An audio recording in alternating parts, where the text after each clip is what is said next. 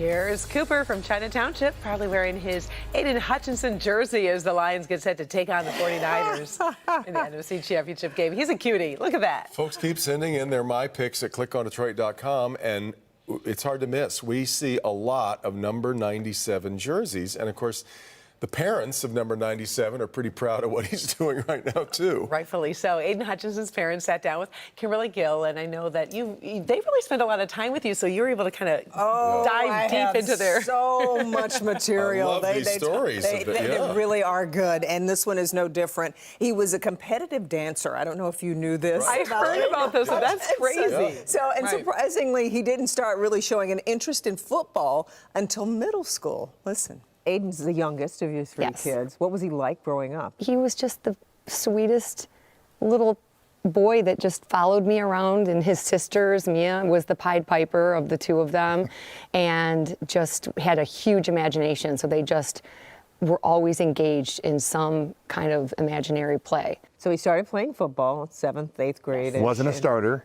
You know, he was a rotating, tight end, defensive end. When you see him as a freshman in high school, he's just elbows and knees, and he's got no meat on him. And then he gets this growth spurt, and you're like, okay, now we have something to work with. And then, he did the rest. And the only thing Chris ever really said to him, to all the kids, two things: work hard and have fun. And if I don't see you doing either, then that's when, let's find something else. Or the other way was, I don't care if you're any good, but you're going to try hard. Exactly, you're going to try hard. You mentioned that he danced. Mm-hmm. And he would watch about 25 guys that were street dancers in another room while his sisters were dancing. So we were just waiting for them.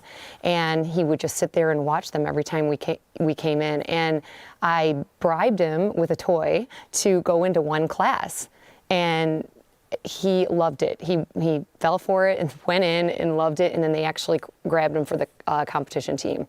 And the sisters were already on, the competition team. So they all did it together. That's why I think there is also a really close bond between the three of them. They were with each other all the time, training 7 days a week. Right, this wasn't 2 hours a week. This was 20 hours a week. It was. And this was serious. It was hardcore. It was hardcore, and they loved it. And then they would change things up right before they would have to go out, and compete, like at nationals. And I think that's what, I don't know if you're already good at that, picking up quick choreo, or I'm sure you have to be good, and then it develops even more, where that translated into, I think, when Aidan hears plays, like he can pick it up like very quickly. Right. Halftime adjustments, and it's never been an issue for him. And you him. don't have to tell him twice. So is that why he dances all the time on the field? I mean, he's a good dancer. Pretty much. And he's a show-off, that well, too. He's a Leo.